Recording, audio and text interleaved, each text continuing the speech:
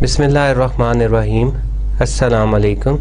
Dear student, today is our lecture number 23. Before starting lecture number 23, let's have a look on lecture number 22 के उसमें हमने क्या क्या किया था। तो जो हमारा प्रीवियस लेक्चर था वो बेस कर रहा था issuance of stock other than cash.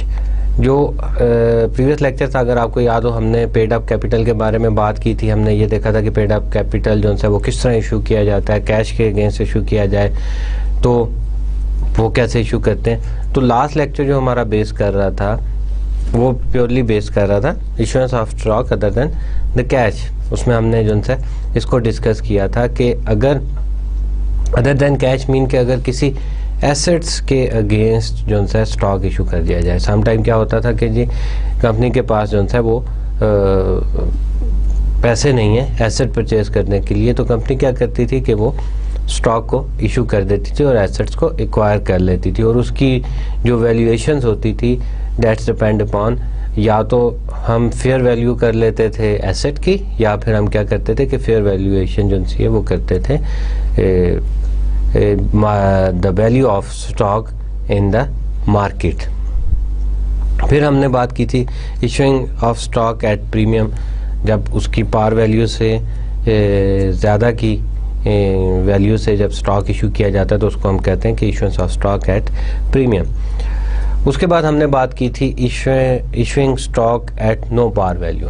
अगर आपको याद हो, नो पार वैल्यू को हमने ऐसे डिफाइन किया था कि जिसकी कोई वैल्यू ना हो। वैल्यू कौन डिटरमिन करेंगे? जो बायर होगा वो वैल्यू डिटरमिन करेगा कि वो उसकी वैल्यू कितनी देना चाहता है या उसके अगेंस्ट कितने पैसे आपको या आपकी कंपनी को देना चाहता है। तो ऐसे स्टॉक को जब इशू किया जाता है तो उस स्टॉक को कहा जाता है नो पार वैल्यू, जिसकी पार वैल्यू नहीं होती। Issue stock is stated value. Stated value यही होता है जैसे हम जो है पार वैल्यू को ट्रीट करते हैं, इसी तरह हम स्टेटेड वैल्यू को ट्रीट करते हैं। Then we have studied the factor affecting the market price of the preferred stock, कि कौन से ऐसे फैक्टर्स हैं जो प्रेफर्ड स्टॉक की मार्केट वैल्यू को अफेक्ट करते हैं। उसमें हमने 2-3 फैक्टर्स जो से वो पढ़े थे। Then factor affecting the market price of the common stock. Common stock के जो फैक्टर थे आया वही जो से प्रेफर्ड स्टॉक के फैक्टर थे, नहीं उसमें कुछ जो है हमारे पास चेंजेस थी। कॉमन स्टॉक में हमने डिस्कस किया था कि इंटरेस्ट रेट जो है वो डिपेंड करता है कि मार्केट में इंटरेस्ट रेट क्या है और आपको कॉमन स्टॉक पे क्या इंटरेस्ट रेट जो है मिल रहा है। प्रेफर स्टॉक में भी जो है लाजमी बात है कि वो डिपेंड करता है कि प्रेफर स्टॉक पे क्या इंटरेस्ट रेट जो है वो आपको मिल रहा है और मार्केट में इंटरेस्ट रेट जो है वो क्या मिल रहा है। और उसके अलावा इन्फ्लेशन जो है वो भी इफ़ेक्ट करती है, मार्केट का डिविडेंड जो है वो भी इफ़ेक्ट करता है। हमने काफ़ी फैक्टर्स जो है वो पढ़े थे। उसके बाद हमने ट्रेजरी स्टॉक के बारे में बात की थी। ट्रेजरी स्टॉक वो स्टॉक होते हैं कि जो कंपनी जो है वापस रीपरचेज कर लेती है और अपने पास रखे होते हैं, इसलिए परचेज करती है कि उसको रीइशू कर दिया जाए। स्टॉक स्प्लिट जो है उसके बारे में हमने पढ़ा था। स्टॉक स्प्लिट को हमने इस तरह डिस्कस किया था कि जो वैल्यू है स्टॉक की उसको स्प्रेड कर दिया जाता है, डिवाइड कर दिया जाता है। उसमें हमने एक एग्जांपल की थी कि 4 स्टॉक्स थे, 100 जो है ईच स्टॉक की वैल्यू थी। तो हमने क्या किया था, स्टॉक स्प्लिट किया था 5 for 1, कि हमने क्या किया था कि उसको जो 100 से उसको डिवाइड कर दिया था और देन वैल्यू क्या बन गई थी, 20 वैल्यू जो है वो बन गई थी। उसमें क्या होता है, पर्पस क्या होता है कि स्टॉक स्प्लिट करने का, कि जो स्टॉक की वैल्यू है उसको स्मॉल कर दिया जाए और इट विल उसको जो है वो मोर अट्रैक्टिव बना लिया जाए फॉर द बायर्स। अब उसमें क्या था, हमने ये भी स्टडी किया था कि अगर तो वो सेल करना चाहता है बायर तो वो उसको सेल भी कर सकता है। 100 पार वैल्यू है अगर एक स्टॉक की, तो अगर उसको जो है $10 की ज़रूरत है तो उसको 100 का 100 जो है वो सेल करना पड़ेगा। इसमें ये होता है कि जब स्टॉक स्प्लिट किया जाता है, अमाउंट जो है वो छोटी हो जाती है, तो then he can sell easily. फिर हमने बात की थी accounting for the cash dividend. जब कैश डिविडेंड दिया जाता है तो उसकी कौन सी ट्रांजैक्शन जो सी हैं वो रिकॉर्ड की जाती हैं। Then we talk about the 3 important dates related the dividend. 3 important dates जो है वो हमने डिस्कस की थी, आई रिपीट इट, कि एक तो वो डेट जिस दिन डिविडेंड डिक्लेयर किया जाता है, फिर रिकॉर्ड डेट के किस दिन जो सा रिकॉर्ड चेक किया जाएगा। डिविडेंड डिक्लेयर कर दिया और रिकॉर्ड किस दिन का होगा कि भी डिविडेंड किन लोगों को मिलेगा, और उस दिन का रिकॉर्ड चेक किया जाएगा। And then the third one is the declaration date, third one is the payment date, के जिस दिन जो सा डिविडेंड पे किया जाएगा। Number 1 is the declaration date, number 2 is the record date, and number 3 is the payment date. और उसके बाद counting for the stock dividend के बारे में बात की थी कि जब स्टॉक डिविडेंड पे किया जाता है, अगर कंपनी के पास कैश नहीं है, या कंपनी जो सा क्या करती है कि सम टाइम स्टॉक जो सा वो इशू कर देती है अगेंस्ट द कैश, तो वो डिविडेंड की सूरत में जो सा वो स्टॉक देती है, तो तब क्या एंट्री होगी। एंड देन उसके एंड में, चैप्टर के एंड में हमने जो सा ये पढ़ा था कि स्टॉक होल्डर इक्विटी को कैसे प्रेजेंट किया जाता है बैलेंस शीट में, how you can report the stock holder equity. तो उसमें हमने 2 मेथड जो से वो पढ़े थे। And then at the end of chapter financial analysis and interpretation, वो हमने पढ़ा था कि जो से कौन सी रेशियो जो सी हैं वो, जिससे हम जो से फाइनेंशियल एनालिसिस कर सकते हैं related to the stock dividend, cash dividend या डिविडेंड जो भी कंपनी पे करी है, उसका एनालिसिस किस तरह किया जा सकता है।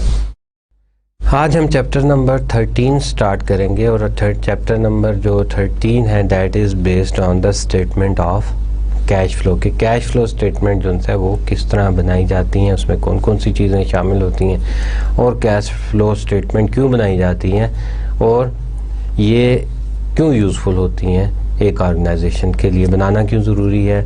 और जैसे हमने स्टार्ट में पढ़ा था, ये सब्जेक्ट स्टार्ट करने से मतलब फर्स्ट लेक्चर्स में बिफोर, मतलब ये जब हमने लेक्चर स्टार्ट किए थे तब हमने पढ़ा था कि फाइनेंशियल रिपोर्टिंग जो सी भी की जाती है that the base purpose is for the decision making, के डिसीजन मेकर्स जो से वो डिसीजन कर सकें। तो कैश फ्लो स्टेटमेंट्स के बारे में जो से स्टार्ट करते हैं।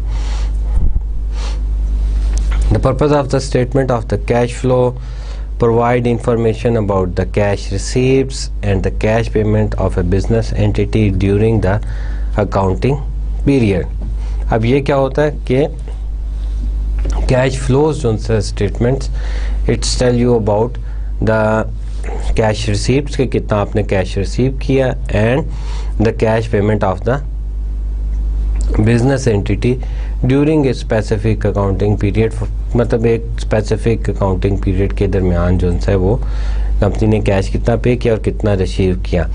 It's helps with the question about the companies, के मतलब ये क्वेश्चन जो है if this question come into your mind, तो फिर ये उसके आंसर दे सकती है। Ability to generate positive cash flow, कि कितना पॉजिटिव कैश फ्लो जो सा इसने जनरेट किया। Ability to meet its obligation and to pay dividend, के ये कंपनी की एबिलिटी को शो करती है कि वो अपनी ऑब्लिगेशंस मीन के लाइबिलिटीज़ को पे कर सकती है कि नहीं पे कर सकती, एंड टू पे द डिविडेंड, और स्टॉक होल्डर्स को डिविडेंड पे कर सकती है कि नहीं पे कर सकती। इसकी एबिलिटीज़ को जो है कैश फ्लो स्टेटमेंट जो है वो वैल्यूएट करती है।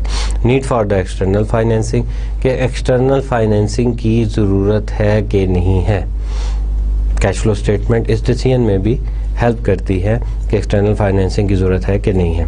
Investing and the financing transaction for the period, और आपको ये भी बताती है कि आपने कितनी ट्रांजैक्शन जो सी हैं वो की हैं। How many transaction are related with the investing and the financing activities, मतलब investing and financing activities. Investing activities mean कि कितने आपने ट्रांजैक्शंस की हैं जो रिलेट करती हैं एसेट से, और फाइनेंसिंग ट्रांजैक्शन ऐसी ट्रांजैक्शन कितनी रिलेट करती हैं लाइबिलिटीज़ एंड इक्विटी से फॉर ए स्पेसिफिक पीरियड। तो जितनी भी ट्रांजैक्शन की जाती हैं that is for a specific period, एक स्पेसिफिक पीरियड के लिए ही की जाती हैं। This is structure of the statement of cash flows. This is flows, not flow. There's first you have to write the company name, XYZ company, statement of cash flow for the period, maybe that is for 1 month, for 1 quarter, for 6 months, or for 1 year. Cash flow from operating activities, सबसे पहले हमारे पास जो सा cash flows जो सा वो आएंगे, that is from the operating activity. List of the individual inflow and outflow. List of the individual inflow and outflow mean कि जो भी ऑपरेटिंग एक्टिविटीज़ होंगी उसमें से जो भी इंडिविजुअल कैश इनफ्लो कर रहा होगा वो मेंशन किए जाएंगे ऑपरेटिंग एक्टिविटीज़ के, और आउटफ्लोज जो है वो भी यहाँ पे मेंशन किए जाएंगे. और उसके बाद net cash provided or used by the operating activity. उसके बाद क्या होगा कि अगर पॉजिटिव बैलेंस होगा तो दैट इज़ प्रोवाइडेड बाय, और अगर नेगेटिव बैलेंस होगा तो it's mean that is used by the operating activities. आगे चल के हम पढ़ेंगे कि ऑपरेटिंग एक्टिविटीज़ में कौन कौन सी चीज़ें आती हैं. सेकेंड हमारे पास आ जाता है cash flows from investing activities. List of the individual inflow and outflow. Individual inflow and outflow कहाँ से? इन्वेस्टिंग एक्टिविटीज़ से. जो भी इनफ्लो और आउटफ्लो होगा, जो भी इन्वेस्टिंग एक्टिविटीज़ होंगी वो आप इसका वो पहले इनफ्लो मेंशन करेंगे, आउटफ्लो मेंशन करेंगे, और net cash provided or used by the investing activities वो आगे हमारे पास आ जाएगा. And then cash flow from financing activities. Financing activities से जो भी कैश फ्लो आपके पास आएगा वो भी list of the individual inflows and outflows. Net cash provided or used by the financing activities. उसके बाद आप एक लकीर लगा देंगे, नेट इंक्रीज और decrease in the cash flow. जो भी नेट इंक्रीज या डिक्रीज हुआ है वो मेंशन करेंगे. And cash and equivalent balance at beginning of the period. Cash and the equivalent balance of the balance at the beginning of the period. Cash का जो beginning balance था at the beginning of the period वो आप यहाँ पे mention कर लेंगे. Cash balance at the end of the period. जो बिगनिंग बैलेंस था वो आपने मेंशन किया, और उसके बाद क्या किया, जब आप उसमें से नेट इंक्रीज या डिक्रीज जो भी होगा आप माइनस या प्लस करेंगे तो आपके पास कैश और cash equivalent eight the end of period जो है वो आ जाएगा. जब भी कैश फ्लो बनाई जाती है तो अगर आपकी कैश फ्लो ठीक नहीं बनी तो वो एट द एंड जो है चेक हो जाती है, क्योंकि जब आप बिगनिंग ईयर का बैलेंस डालेंगे और बाकी कैश की एक्टिविटीज़ को माइनस या प्लस करेंगे तो आपके पास एंडिंग ईयर का बैलेंस जो है वो आ जाएगा. तो I like it very much, क्योंकि इट्स क्वाइट इजी. जब एग्ज़ाम में ऐसा क्वेश्चन आता है तो आप इसको अटैम्प्ट करते हैं तो आपको एग्ज़ाम में ही आंसर पता चल जाता है. देन यू आर 100% श्योर कि आपका क्वेश्चन जो है वो ठीक हुआ है या गलत हुआ है. अगर गलत भी हुआ है तो आप उस एरर को फाइंड कर लेते हैं एंड देन अपने क्वेश्चन को ठीक कर लेते हैं. But you have to follow some rules and regulation. मतलब इस क्वेश्चन को करने के लिए आपको वो अडॉप्ट करने पड़ेंगे. Reporting cash flows. The statement of cash flows represent cash flows by 3 types of the activities. जैसे अभी हमने पहले पढ़ा कि 3 types of activities जो है इसमें आती हैं. Number 1 is the cash flows from operating activity, transaction that affect net income. अब cash flow from operating activities जो है वो कौन कौन सी होंगी? ऐसी ट्रांजैक्शन होंगी, transaction that affects net income, जो नेट इनकम पे अफेक्ट कर रही हो वो ट्रांजैक्शन हमारी ऑपरेटिंग एक्टिविटीज़ में आएंगी. इट्स मीन कि जो इनकम स्टेटमेंट से रिलेट करती हैं ट्रांजैक्शन वो हमारी कहाँ आती हैं? ऑपरेटिंग एक्टिविटीज़ में आती हैं. सेकेंड हमारे पास आ जाती है the cash flows from investing activities. Transaction that affect non current asset. Cash flows from cash flows from investing activities is transaction that affect non-current assets. अब नॉन करंट एसेट जो से हैं वो हमारे पास, मतलब नॉन करंट एसेट्स मीन के जो fix assets हैं, लॉन्ग टर्म एसेट्स हैं, उनको जो ट्रांजैक्शन अफेक्ट करती हैं that comes under the category of investing activity. उसके बाद हमारे पास आ जाता है cash flows from financing activity, transaction that affect equity and debt of the entity. अब क्या होता है कि ऐसी ट्रांजैक्शन जो हमारे इक्विटी और डेट को जो उनसे अफेक्ट करती हैं, that's come under the category of financing activities. मतलब कहने का ये है कि जो भी इंक्रीज या डिक्रीज होता है इनकम स्टेटमेंट में तो वो ऑपरेटिंग एक्टिविटीज़ में चला जाता है, जो नॉन करंट एसेट्स में होता है वो इन्वेस्टिंग एक्टिविटीज़ में चला जाता है, और जो फाइनेंसिंग जो इक्विटी और डेट में होता है तो वो हमारा चला जाता है फाइनेंसिंग एक्टिविटी में। तो अब आपको ये तो पता चल गया कि ऑपरेटिंग एक्टिविटीज़ में क्या आता है, इन्वेस्टिंग एक्टिविटीज़ में क्या आता है और फाइनेंसिंग एक्टिविटीज़ में क्या आता है। Reporting cash flows. अब कैश फ्लोज को कैसे जो है वो रिपोर्ट किया जाएगा। इंक्रीज इन कैश फ्लो, जैसे इंक्रीज कैसे किया जाता है, मतलब इंक्रीज का क्या होगा, if increase in cash flow तब क्या होगा, और डिक्रीज इन कैश, मतलब इंक्रीज और डिक्रीज कैसे होगा। Reporting cash flows. अब कैश फ्लोज को कैसे रिपोर्ट किया जाता है, इंक्रीज इन कैश और decrease in cash. Operating receives from the revenue. Increase in cash को जो है वो कौन कौन सी एक्टिविटीज़ जो है वो कैश को इंक्रीज़ करती हैं। तो ऑपरेटिंग एक्टिविटीज़ में क्या होता है कि receives from the revenue.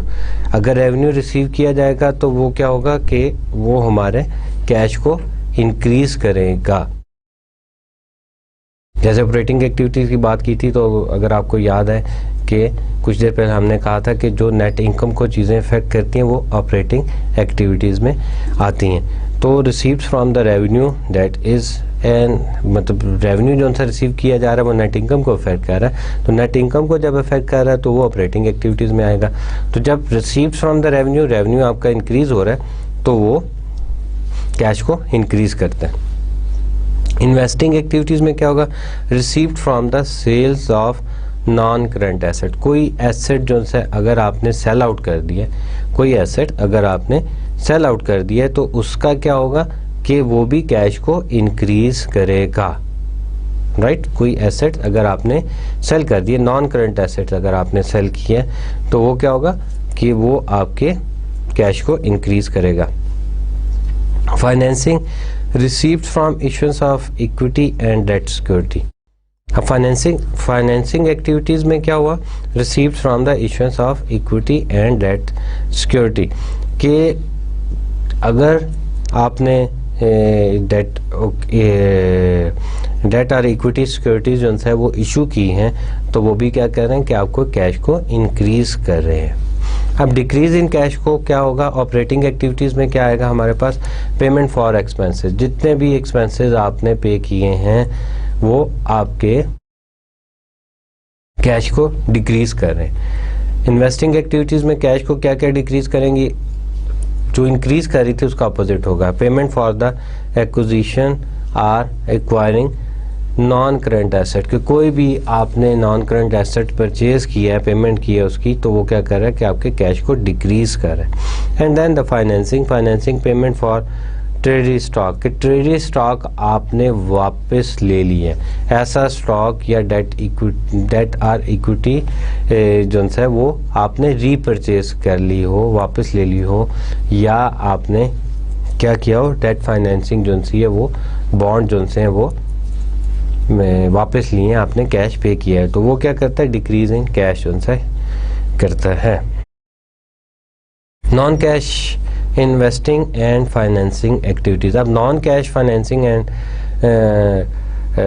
Investing and financing activities कौन कौन सी हो सकती हैं। नंबर 1 जिस जो इसमें आती है, that is issuing bond to acquired land. This is the non cash activities, कि आपने बॉन्ड इशू किए टू एक्वायर द लैंड, इसमें कैश जो है आपका इन्वॉल्व नहीं है। तो जब बॉन्ड की बात आती है, बॉन्ड आपने इशू किया है, तो that is an financing activities, because that is related to the debt and equity side, liabilities are the on our equity side. Second is issuing common stock for the convertible preferred stock, कि आपने common stock issue किया है, मतलब common stock issue किया इसलिए कि that is against the preferred stock. Preferred stock जो है आपने उसके अगेंस्ट कॉमन स्टॉक जो है वो इशू कर दिया, तो इसमें भी आपका जो है वो कैश जो है वो इन्वॉल्व नहीं हुआ। Issuing a long term note to acquiring equipment. अब आपने लॉन्ग टर्म नोट जो है वो इशू किया for acquiring equipment. Office equipment आपने परचेज करना था, आपके पास पैसे नहीं थे, आपने क्या किया कि लॉन्ग टर्म नोट जो है वो इशू कर दिया। अब ये क्या, ये भी जो है आपकी this is investing activities but that is the non cash investing activities. आप नॉन करंट एसेट्स तो परचेज कर रहे हैं but the cash is not involve. Issuing a stock dividend. अब stock dividend, simple dividend declare करना cash आपका उसमें involve होता है, लेकिन इशूइंग ए स्टॉक डिविडेंड तो उसमें आपका कैश जो है वो इन्वॉल्व नहीं हो रहा, आप डिविडेंड दे रहे हैं in shape of stock.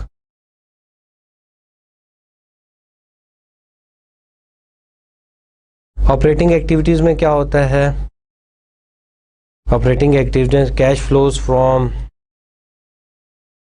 That is the sales to customer. Operating activities sales की कस्टमर को, तो वो cash flows from operating activities that is plus, plus में आ जाएगा इंटरेस्ट एंड डिविडेंड रिसीव, वो भी आपका प्लस होता है। सेल्स जो आपने कस्टमर्स को की वो आपने ऐड की, इंटरेस्ट एंड डिविडेंड जो आपने रिसीव किया वो भी आपने ऐड किया। आउटफ्लो टू, आउटफ्लो क्या होता है, suppliers of the merchandise and the services, जो भी आपने मर्चेंडाइज और सर्विसेज जो है उसकी पेमेंट की है वो आपका कैश फ्लो को डिक्रीज करेगा। पीछे हमने यही किया था, यहाँ पे हम थोड़ा सा डिटेल से कर रहे हैं। और एम्प्लॉयज़ को जो पेमेंट की है वो भी जो है आपके कैश को आउटफ्लो कर रही हैं।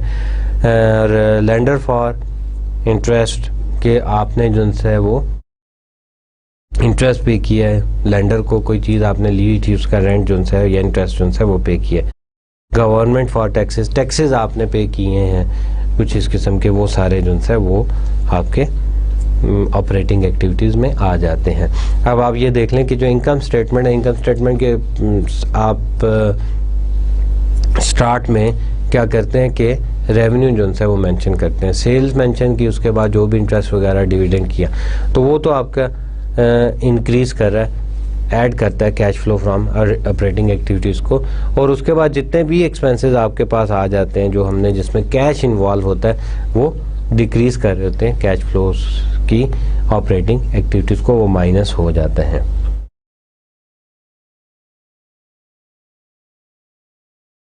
अब इन्वेस्टिंग एक्टिविटीज़ की बात करते हैं कि इन्वेस्टिंग एक्टिविटीज़ जो है उसमें क्या क्या चीज़ें आ जाती हैं। Selling investment and the plant assets, क्या किया कि आपने सेल किया इन्वेस्टमेंट को एंड प्लांट एसेट्स को, मतलब कोई भी आपने इन्वेस्टमेंट की हुई थी उसको आपने कैश करवा लिया। इन्वेस्टमेंट की हुई थी आपने कोई जो सा है किसी दूसरी कंपनी से शेयर्स लिए हुए थे या बैंक में फिक्स डिपॉजिट किया हुआ था लॉन्ग टर्म्स के लिए, या आपने जो है बॉन्ड्स जो है वो परचेज किए हुए थे, वो जो है आपने री कैश कर लिए, आपने सेल कर दिए। या फिर ये हुआ कि कोई प्लांट था, जैसे हमने पहले बात की थी अगर आपको याद होगा डेप्रिसिएशन वाले चैप्टर में, कि उसमें हमने क्या किया था कि एट द एंड हमने कहा अच्छा ठीक है ये हमने 10 साल यूज़ कर लिया अब इसको सेल कर दिया जाए। या सम टाइम आपकी टेक्नोलॉजी एब्सोल्यूट हो जाती है तो तब आप क्या करते हैं कि उसको सेल आउट कर देते हैं and then you acquire the new. Computer आपने लिए 4-5 साल तो बहुत ज़्यादा अर्सा, 4-5 साल इस्तेमाल किए, उसके बाद आपकी टेक्नोलॉजी एब्सोल्यूट हो गई, आपने उनको सेल कर दिया, नए ले लिए। या अगर आप ऐसी आपकी कंपनी ऐसी है जिसमें न्यू टेक्नोलॉजी की ज़रूरत होती है, आप कंप्यूटर लेते हैं हर साल आपको सेल करने पड़ जाते हैं and then you bought the new one, तो नए ले लेते हैं आप। तो जब नए लेते हैं तो वो पुराने वाले जब आप सेल करते हैं तो वो जो एक्टिविटी है आपकी that's come under the investing activities, वो इंक्रीज करती है आपके कैश फ्लोज को फ्रॉम इन्वेस्टिंग एक्टिविटीज़ को।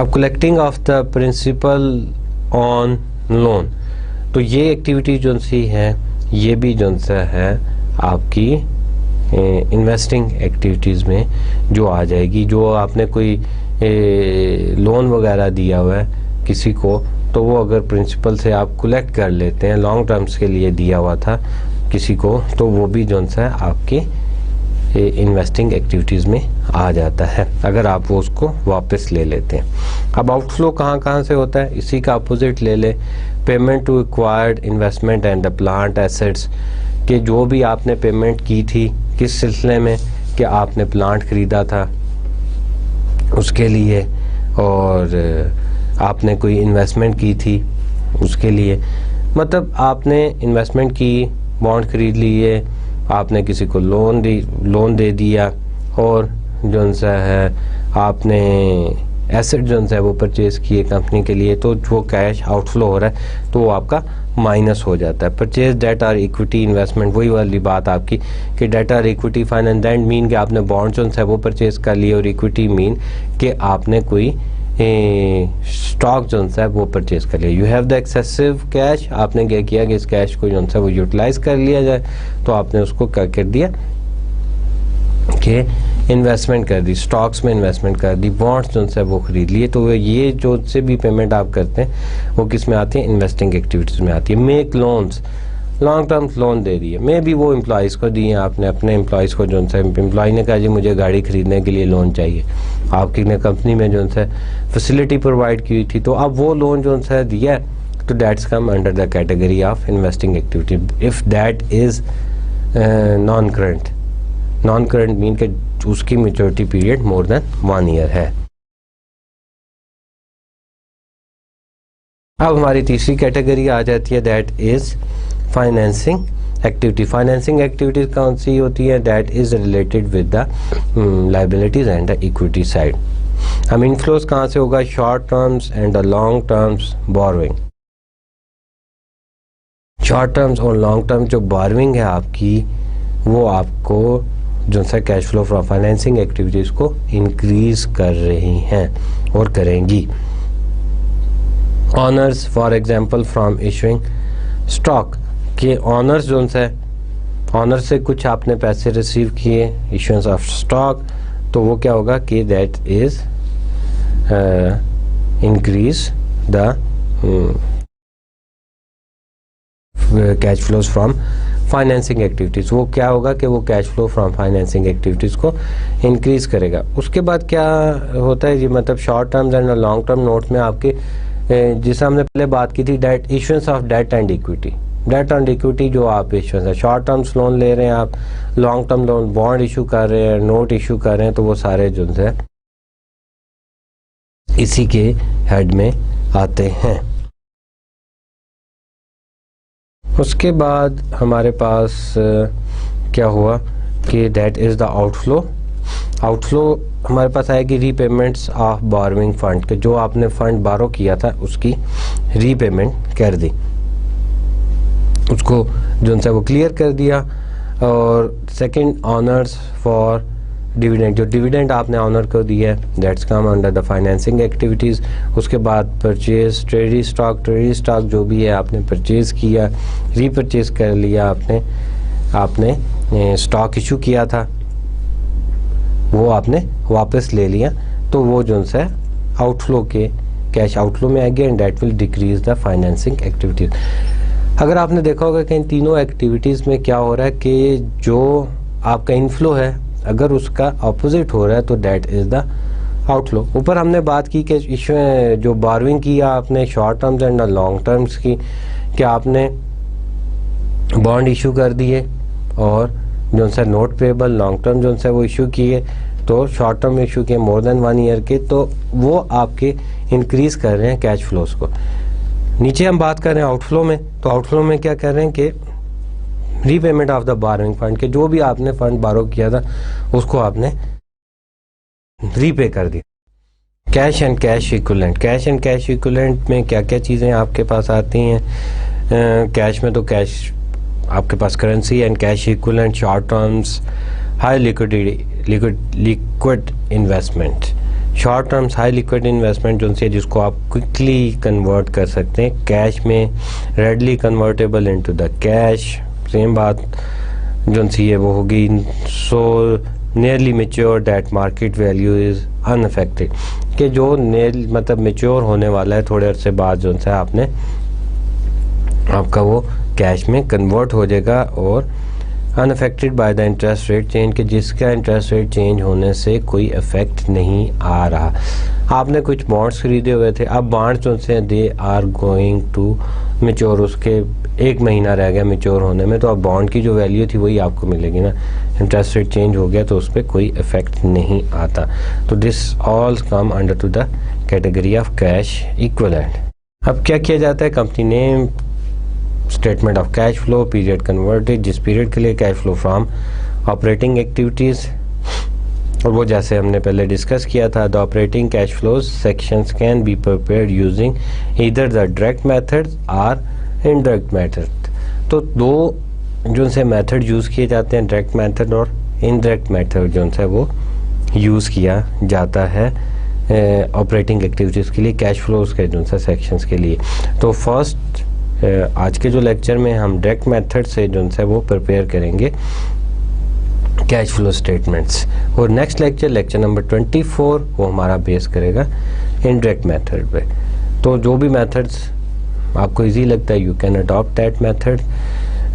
लेट्स सी कि डायरेक्ट मेथड में जो है वो ट्रांजैक्शन किस तरह की जाती हैं। Direct method, cash receive from the customer, accrual based revenue includes sales that did not result in the cash inflow।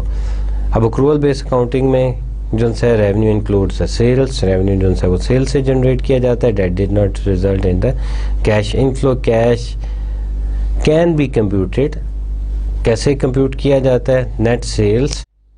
We have one example, the account net sale हुई आपके पास, दैट इज $900,000 की cell जो हुई।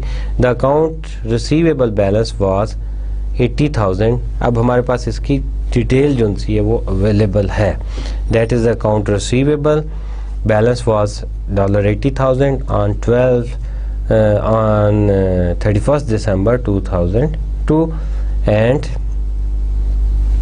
$110,000 on 31st December 2003। मतलब ये कि जो starting ending balance था, या आप ये कह दें कि जो 2003 का स्टार्टिंग बैलेंस था वो 80,000 था, और एंडिंग बैलेंस कितना था, that is 110,000। If accrual sales revenue for the 2003 was 900,000, what was the cash basis revenue. अब क्या हुआ कि जो अक्रूवल बेस में आपके पास सेल आ गई 900,000 की, so what was the cash basis revenue, कि कैश बेसिस रेवेन्यू जो है दैट इज अवर रिक्वायरमेंट, वो कितना था। लेट्स सी कि what we have to do. अब हमारे पास क्या हुआ कि जो स्टार्टिंग में कैश था, कैश का ओपनिंग बैलेंस लिया और क्लोजिंग बैलेंस लिया, तो हमें पता चला कि कैश हमारा इंक्रीज हुआ है, that is 30,000 cash increase in the receivable में 30,000 जो है वो इंक्रीज हुआ है। तो अगर 30,000 में कैश इंक्रीज हुआ है तो इसका मतलब ये हुआ कि जो भी सेल हुई थी उसमें से 30,000 हमने रिसीव नहीं किया। जो द लास्ट ईयर की जो सेल थी, इस ईयर की जो होल ईयर था 2003, उसमें जो सेल हुई थी उसमें से हमने जो डिफरेंस आ रहा है वो हमने अभी रिसीव नहीं किया, मतलब इंक्रीज हुआ है, that we didn't receive. Cash receive from the customer वो कितना होगा, 900,000 माइनस 30,000, तो हमारे पास कितना आ गया, 870,000 cash receive from the customer. Now that we understand the process, let's look at the some simplified formula for computing direct method cash flow. अब हम क्या करेंगे कि अब हम सिंपल फार्मूलाज जो है वो देखेंगे, उसके बाद जो है हम एग्जांपल्स करेंगे, तो हमें जो है वो डायरेक्ट मेथड का पता चलेगा कि डायरेक्ट मेथड से कैश फ्लो स्टेटमेंट जो है वो किस तरह बनाई जाती है। अब ऑपरेटिंग एक्टिविटीज़ में से स्टार्ट किया हमने, इंटरेस्ट एंड डिविडेंड रिसीव। उसका क्या होगा, interest receive is equal to the interest revenue, interest revenue जो है वो हमारे पास interest receive is equal to the interest revenue plus decrease, हम ऐड किसको करेंगे, डिक्रीज इन इंटरेस्ट रेवेन्यू। अब क्या हुआ कि डिक्रीज इन इंटरेस्ट रेवेन्यू, वही फार्मूला हम अप्लाई करेंगे कि हम इंटरेस्ट रेवेन्यू का ओपनिंग बैलेंस लेंगे और क्लोजिंग बैलेंस जो है वो लेंगे।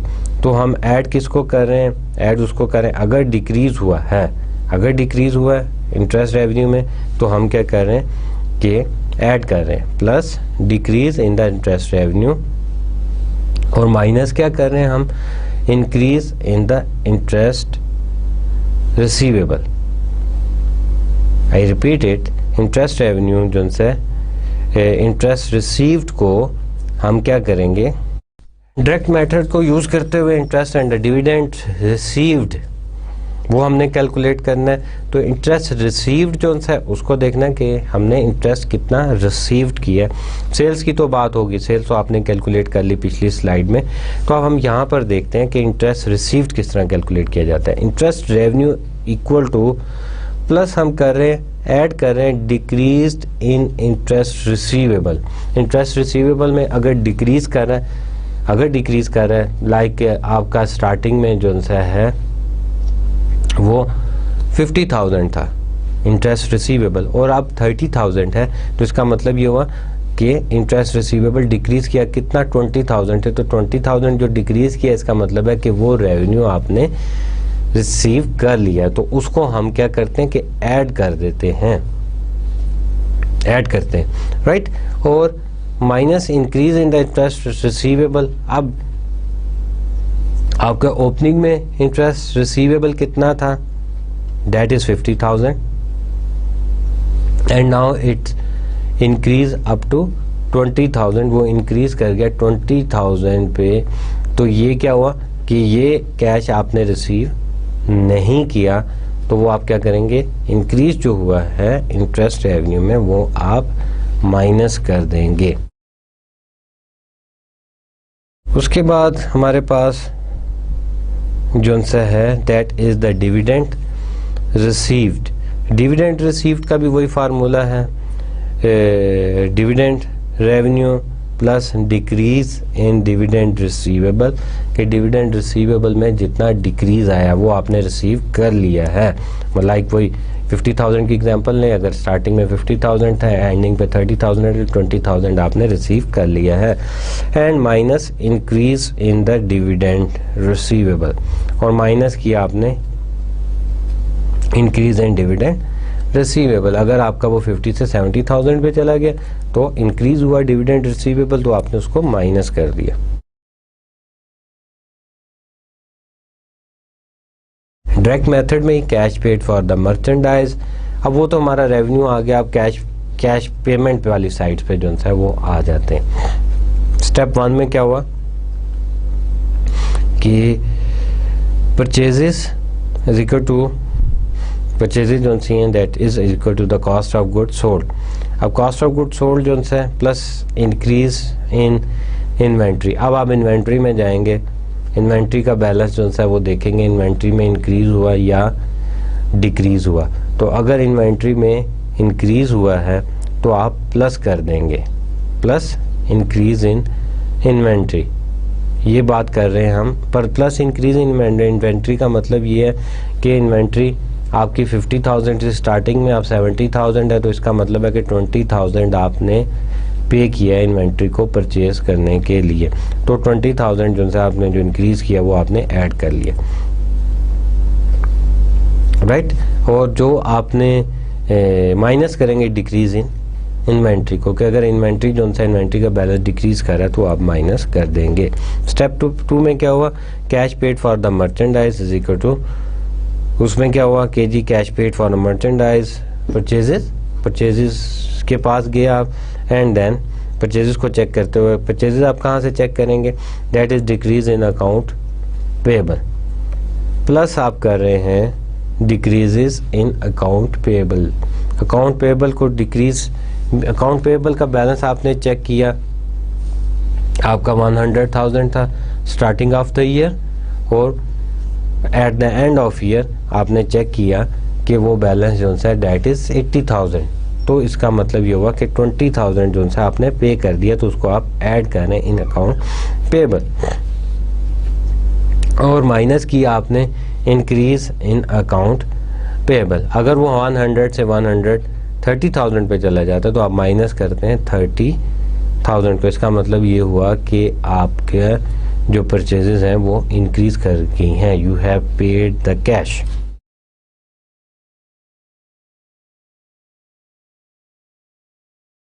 We have one example. How much did the log light pay for inventory in 2003? We have one question कि inventory, how much did the lug light pay for the inventory, के inventory के लिए उसने कितना पे किया है। Inventory at the start, that is 1/1/2003, that is 130,000. Inventory at the end of the year 165,000. Account payable starting 23,000, account payable ending 35,000, and cost of goods sold at the end of year 900,000. Let's see, that is option B. Purchases for the year were, जो आपने purchases की, that is how much purchases is 935,000. 935,000 आपकी purchases थी for the year। purchases कहाँ से आपको पता चली, जो आपके पास बैलेंस था, that is the cost of goods sold plus 35,000 जो है वो आपके पास आ गई ओपनिंग बैलेंस में, उसमें उसको आपने ऐड किया, that is 935,000। And cash paid for the merchandise in 2003, जो मर्चेंडाइज को आपने कैश पे किया, that is in 2003, that is 12,000 जो से आपने पे किया मर्चेंडाइज को। अब यहाँ पे आप देखें कि this is little bit complicated. आपने कॉस्ट ऑफ गुड्स सोल्ड का ओपनिंग बैलेंस लिया, डैट इज़ 900,000। इन्वेंट्री का ओपनिंग लिया और क्लोजिंग लिया, माइनस किया, जो चेंज आपके पास आई आपने उसको ऐड किया, डैट इज़ इंक्रीज। आपने इंक्रीज़ किया तो इसका मतलब ये है कि आपने वो इन्वेंट्री में चेंज उनसे आपने एक तो कॉस्ट ऑफ गुड्स सोल्ड आपने ऐड की प्लस कॉस्ट, मतलब परचेजेस अगर आपने कैलकुलेट करनी है तो कैसे करेंगे कि आपने कॉस्ट ऑफ गुड्स सोल्ड ली, उसमें ऐड किया जो चेंज आई थी, इन्वेंट्री जो है जिसमें चेंज आई थी, तो चेंज कितनी आई है, दैट इज़ 35,000 इन्वेंट्री जो है वो इंक्रीज़ की। तो जो इंक्रीज़ की अगर आपने ऐड कर दिया, अगर वो डिक्रीज़ की होती तो आप माइनस कर देते, तो आपने ऐड कर लिया, तो आपके पास कितना आ गया, 935,000।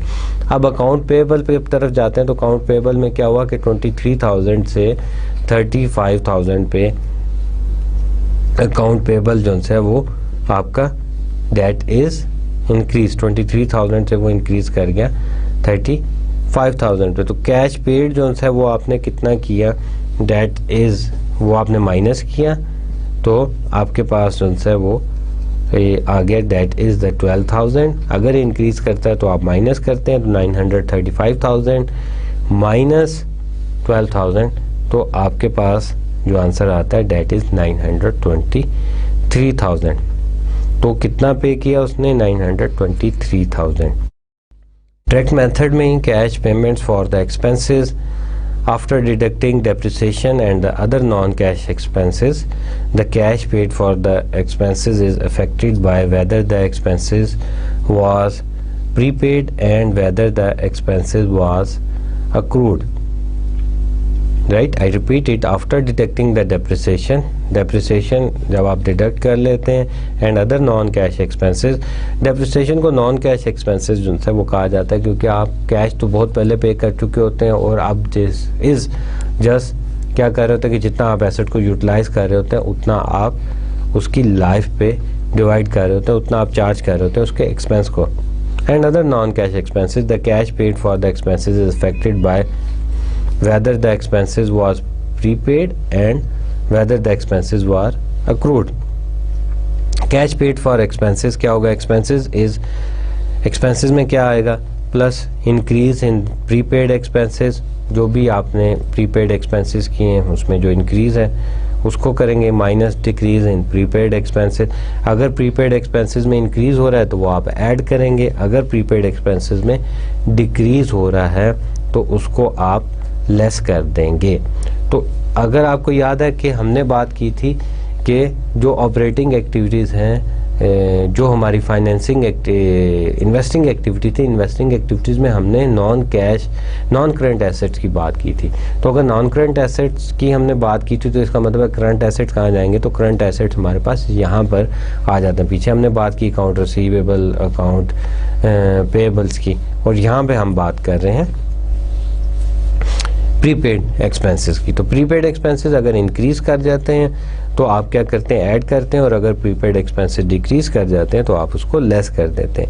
एंड द सेम इज़ आप डिक्रीज़ करते हैं अक्रूड लाइबिलिटीज़ को। ये उसका अपोजिट हो गया, जो एसेट्स का था, एसेट में आपका डिक्रीज़ था तो आप माइनस कर रहे थे, लाइबिलिटीज़ में आपका डिक्रीज़ है तो आप क्या कर रहे हैं कि उसको ऐड कर रहे हैं। जब लाइबिलिटी डिक्रीज़ करती हैं तो इट्स मीन कि you are paying, if you are paying तो आप उसको ऐड करते हैं, और minus increase in the accrued liability, और जो आपकी इंक्रीज हुआ था in accrued liabilities because you are getting the cash, तो आप उसको माइनस कर देते हैं।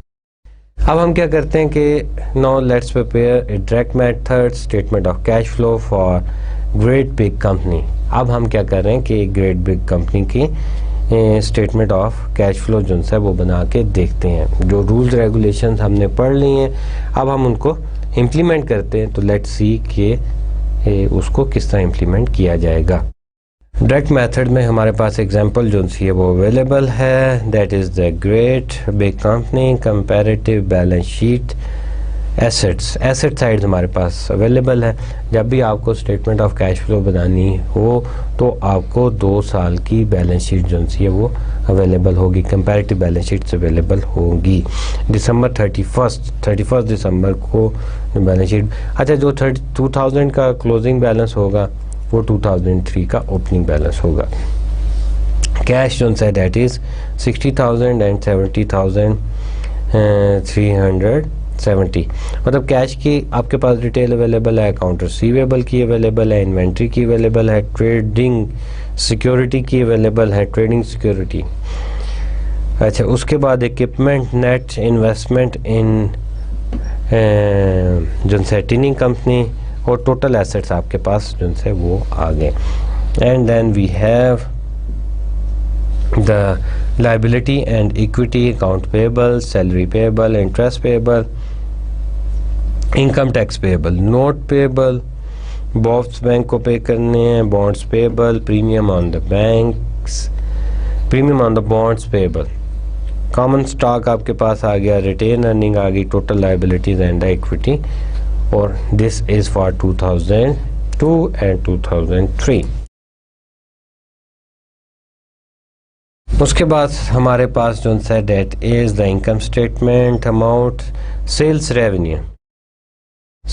Revenue that is 800,000, cost of goods sold 560,000, depreciation expenses 5,000, interest expenses, income tax expenses, salary expenses, other expenses, amortization of the bond premium, gain on the sales of equipment, extraordinary loss, equity in investee income वो आपके पास आ गई, and then net income is 41,970,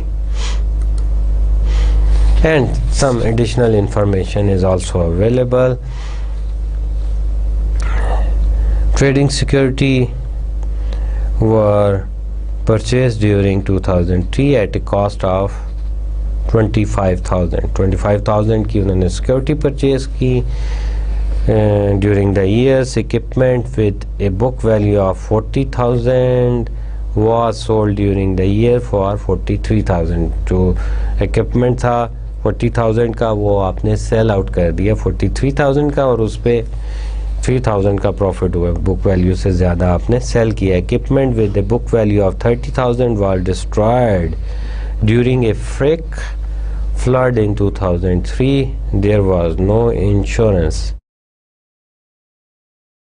अब वो freak flood था, कोई जलसा था, जुलूस था, या किसी लड़ाई की वजह से जो वो क्या हुआ कि जो वो कुछ इक्विपमेंट जो वो डिस्ट्रॉय हो गया और उसकी इंश्योरेंस भी नहीं थी। उसकी बुक वैल्यू कितनी थी? 30,000।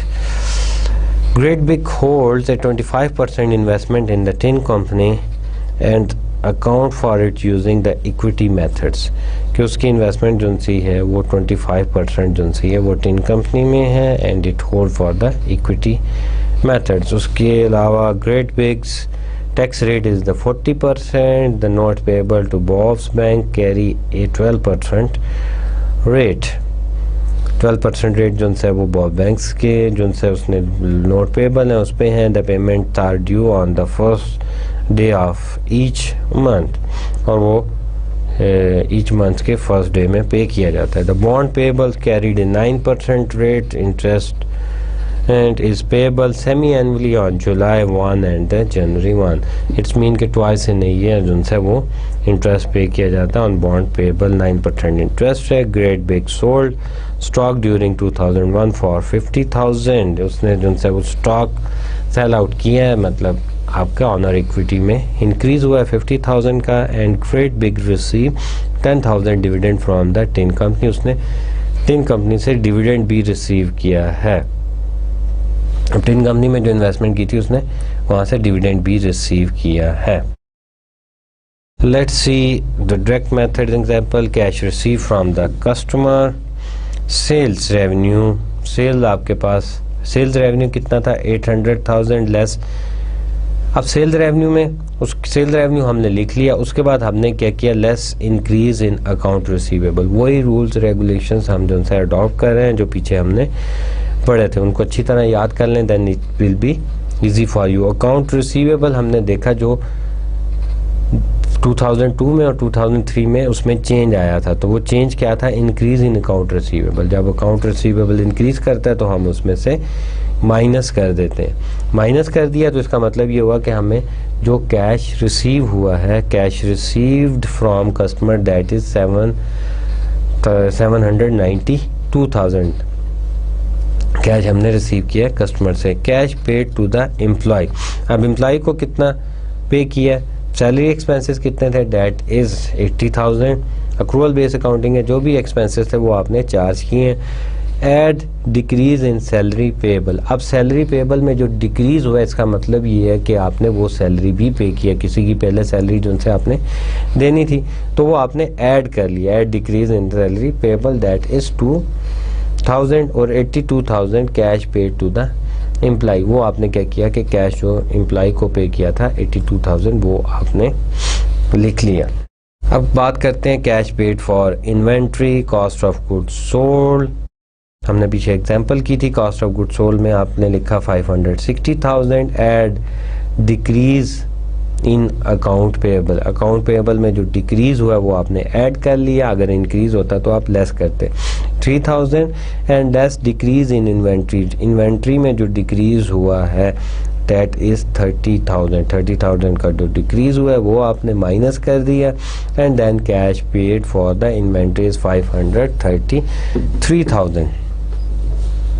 Cash paid for interest. Interest आपने लिया, इंटरेस्ट एक्सपेंस को लिया, दैट इज 28,050। उसमें ऐड किया आपने डिक्रीज इन इंटरेस्ट पेएबल। आपने ऐड किया डिक्रीज इन इंटरेस्ट पेएबल, तो डिक्रीज हुआ है आपने ऐड कर लिया कि आपने वो इंटरेस्ट पे कर दिया, that is 4,600। And the cash paid for the interest is the 32,650। Total आपने जो इंटरेस्ट पे किया that is 32,650। Cash paid for taxes. Taxes की बात की, इनकम टैक्स एक्सपेंस कितना था? That is 27,980। अब जब भी आप ये बना रहे हो तो आपके पास ये तो पावर पॉइंट की स्लाइड्स उनसे आपके पास चल रही हैं, तो first you have to take the print. आप प्रिंट ले लें उसका, एसेट्स का, लाइबिलिटीज़ का, ऑनर इक्विटी का, मतलब बैलेंस शीट का प्रिंट ले लें और इनकम स्टेटमेंट का प्रिंट ले लें तो देन इट्स क्वाइट इजी कि वहाँ से आप इस लेक्चर को देखते हुए फर्स्ट आपने प्रिंट लेना होगा, देन आपने उसको स्टडी करना होगा, तो then that will be more easy. तो आपका इनकम टैक्स एक्सपेंस कितने थे 27,980। ऐड किया आपने decrease in tax payable. Decrease in tax payable mean कि you have paid the taxes, decrease हुआ आपका प्रीवियस ईयर से 3000 and the cash paid for the taxes, cash जो आपने पे किया टैक्सेस के लिए डेट इज 30,980। उसके बाद क्या हुआ कि आपके पास आया अदर ऑपरेटिंग कैश फ्लोज।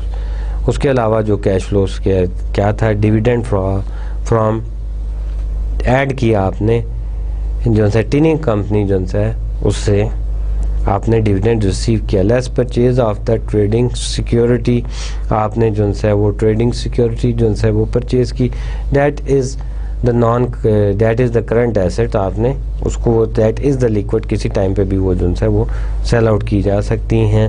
और लेस अदर ऑपरेटिंग एक्सपेंसेस, जो आपके बाकी ऑपरेटिंग एक्सपेंसेस थे लेस दैट वो आपने माइनस कर दिए। 71,000 less purchase paid the cash for that, और उसके बाद cash flows from the other source, इसका आपके पास नेट बैलेंस जो सा वो आ गया डेट इज 86,000। अब देखते हैं, अब वो जो पीछे हमने जितनी भी एक्टिविटीज़ की थी उनका टोटल हमने ले लिया। Cash flows from operating activities हमारे पास क्या आया, cash receive from the customer, we have received from the customer 792,000, जो नेट अमाउंट हमारे पास आई थी। Cash paid to the employees for the salary 82,000, cash paid for the inventory 533,000, cash paid for interest 32,650, cash paid for the taxes 30,980, cash paid to other sources 86,000। तो हमारे पास cash receive from the customer जो 792,000 आया था, उसमें से बाकी सारे जो ब्रैकेट्स में लिखी गई हैं it's mean they are on negative amount है, उन सबको हमने माइनस कर दिया। Cash flows from operating activities, जो ऑपरेटिंग एक्टिविटीज से आपका इनफ्लो हुआ है डेट इज 27,370। ये नेट अमाउंट जो सी आपकी इनफ्लो हुई है फ्रॉम द ऑपरेटिंग एक्टिविटीज़, वो ऑपरेटिंग एक्टिविटी से इनफ्लो हुई है। अब हम फॉर्मल जो है वो स्टेटमेंट ऑफ कैश फ्लोज की तरफ जाते हैं। आपने क्या किया, नाम लिखा great big company, statement of cash flows for the period ended December 31st 2003, वो आपने काम किया। और उसके बाद आपने यहाँ पे नंबर 1 लिखा ऑपरेटिंग कैश फ्लोज जो है आपके पास आया दैट इज़ 27,370। उसके बाद इन्वेस्टिंग कैश फ्लोज जो था वो एक्टिविटीज़ आपके पास जो आई that is 40।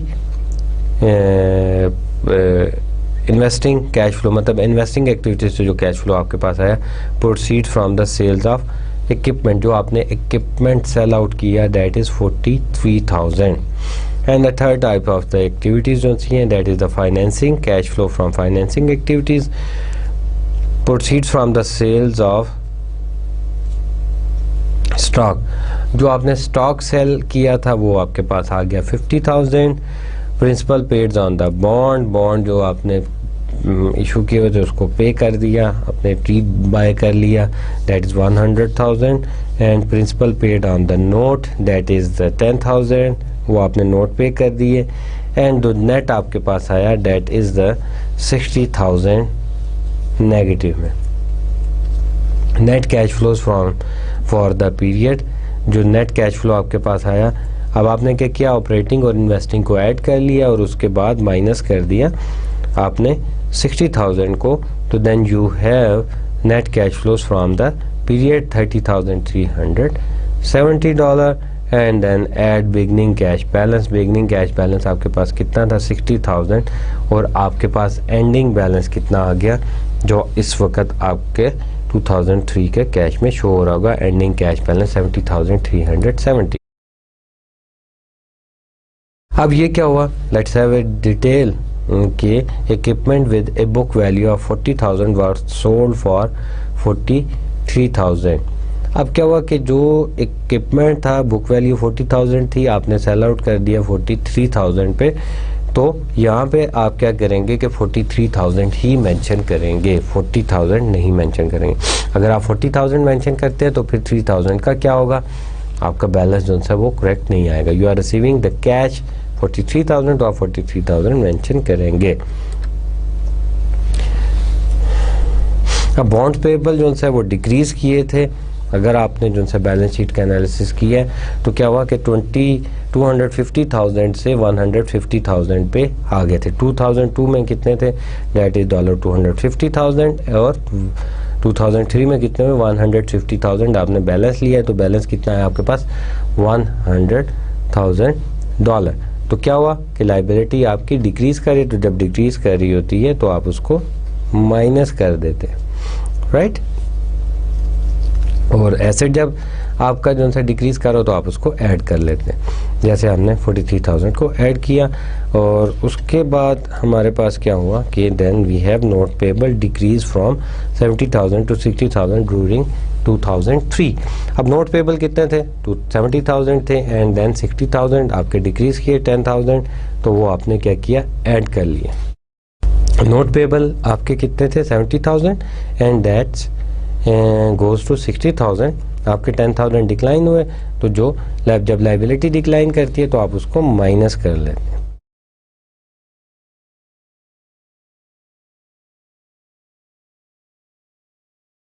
Now you can notice that the ending cash balance per the statement of cash flow agree with the 31st December 2003 cash balance on the balance sheet के उस पे से उसका जो बैलेंस है उससे एग्री कर रहा है, that is the 70,370। We have one more example, this is Randall Incorporation income statement for the year ended 31st December 2006. This is an accrual based income statement. The direct method of reporting cash flow will essentially convert this to a cash basis statement. अब accrual basis है तो इसको हमने क्या करना है कि cash basis पे कन्वर्ट करना है। The information is given for the Randall Incorporation income statement for the year ended December 31st, 2006. This is an accrual basis income statement. The direct method for reporting cash flow will essentially convert this to a cash basis statement. So we have to convert it. Let's see, sales is 1.18 million. अब हमारे पास जो receivable था that is debit change. अब इसमें क्या हुआ, the change in the current balance sheet account are determined by comparing the beginning and the ending balance receivable increased by $9,000 during the period. तो 9,000 जब ड्यूरिंग द पीरियड जो है वो change हुए, तो अब हम क्या करेंगे कि this increase in receivable represent a reduction in the cash inflow related to the accrual revenue report on the income statement. Then we minus it from the 1.18 million से जब हमने इसको माइनस किया तो then we have 1,171,000, तो वो हमने cash basis पे लिख लिया। सेकंड आ जाए, वही मेथड है जो हम पहले कर रहे थे, एज इट इज़ ही हम कर रहे हैं। कॉस्ट ऑफ मर्चेंडाइजिंग सोल्ड 790,000, और उसके बाद हमने क्या किया, इन्वेंट्रीज में जो चेंज आई थी वो लिखी, और जो अकाउंट पेबल में चेंज आई थी वो लिखी। ये डिक्रीज इन द इन्वेंट्री उसको हमने जो है वो मेंशन कर दिया, decrease in inventory credit change and decrease in the account payable debit change have the opposite effect. Opposite effect से और हमारे पास जो नेट बैलेंस कैश का है दैट इज 785,200, वो हमने मेंशन कर लिया। Let's move to the depreciation expense. Depreciation is non cash expense, उसका हम कुछ भी नहीं करेंगे, there is no cash flow for the depreciation expense, वो हमारे पास जीरो आ गया। Then the other operating expenses that is 196,000 less accrued जो सा था दैट इज जो सा एक्रूड एक्सपेंसेस जो से थे दैट इज़ 220,000। उसका जो चेंज था बैलेंस का वो हमने मेंशन किया। हमारे पास जो कैश पे किया हमने दैट इज़ एक्रूड एक्सपेंसेस में इंक्रीज़ हुआ होगा डेफिनेटली, दैट इज़ 220,000, तो हमने उसको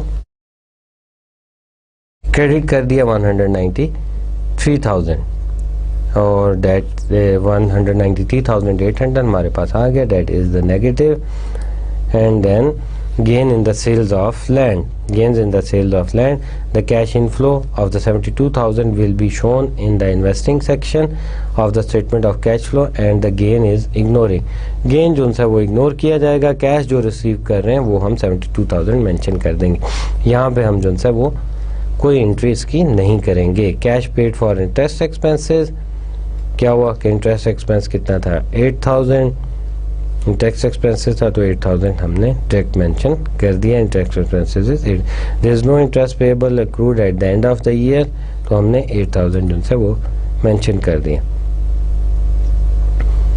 then we have the income tax, income tax जो सा है that is 83,000 and income tax payable जो सा वो जो चेंज आई उसमें वो डेबिट चेंज थी। इनकम टैक्स पेएबल डिक्रीज किया तो आपने उसमें ऐड कर लिया, that is 83,500। Total for the year you have paid 83,500। तो अब हमारे पास हमने इसका टोटल कर लिया two different view point of the income from the operating. Accrual basis, accrual basis पे हमारे पास क्या हुआ कि दैट इज 108,000 और अगर हम कैश बेसिस पे देखते हैं तो हमारे पास जो कैश आया है दैट इज 100,500।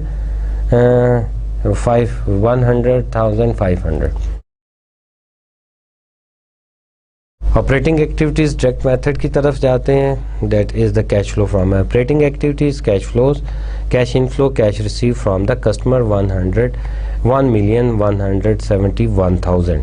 कैश आउटफ्लो, जो कैश आउटफ्लो था हमारा that is 785,200, cash payment for the operating expenses 193,800, then cash paid for the interest 8,000 and then cash paid for the income tax 83,500।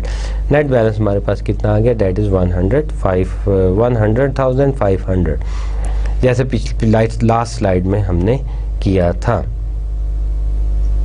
so this is the end of today's session।